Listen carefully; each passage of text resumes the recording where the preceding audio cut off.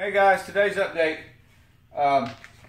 This wall, Josh and I spent 3 or 4 hours trying to get it plumb. In other words, every time we would lift the structure, get the wall straight, get it correct, it was just twisting. And long story short, on the bottom of a floor, when you're connected to concrete, you need to put pressure treated wood to protect it from rotting. Well, they put the yellow pine and it was compressing because it was rotten. So every time we'd lift it up, get everything straight, set it down, it would just go catawampus, I guess for lack of a better word, to get straight. So we put supports on each side, we jerked it all out. We put it's a 6x6 here, 6x6 here, one on each end, and a 4x6 in the center to help this thing, get it correct. We've actually put a chalk line on it, so we're within an 1/8 inch from one end to the other. Now follow me over here. And I said it jokingly yesterday, but it actually happened. We jacked this up to try to take some of the sag out of that kitchen floor, and then when you're here, look, it lifted this end. So these joists are actually trained in the curled position. So when I lifted them, instead of it flattening out, it just lifted into the curled position. It's actually lifted this up into the top of the beam here.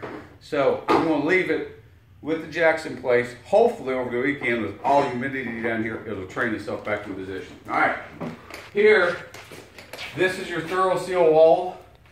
Don't do anything to it, just leave it completely alone. The longer it takes to dry, the more adhesion we get. This part's done. And then this is where it had the had Hydrolock on it, and we want to let this really cure up over the weekend before we put the second coat in, because you don't get quite as good as adhesion with a painted wall.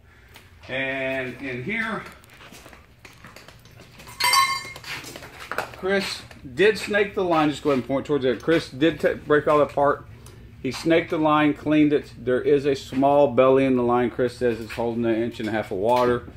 To get a true idea on what we need to do, we're not going to do anything until I get equipment back out here and get the tank pumped out.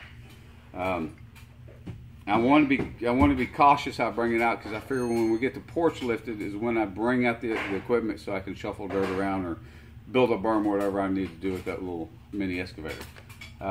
So beyond that, Chris is concentrating on just working on the plumbing upstairs. We're about done today. Josh he just left. He's going to soccer practice, and I'm going to go back to the office, and the boys are going to finish cleaning up, putting tools up, and they're out of here. And then we'll be back Monday. The AC guy, he was supposed to show up today, but apparently he brought a picture, and the truck was broken. Something broke on the truck, and they're down. And I guess tomorrow I'll swing by, pick up a check, or do something. Anyway, that's it. Shut her down.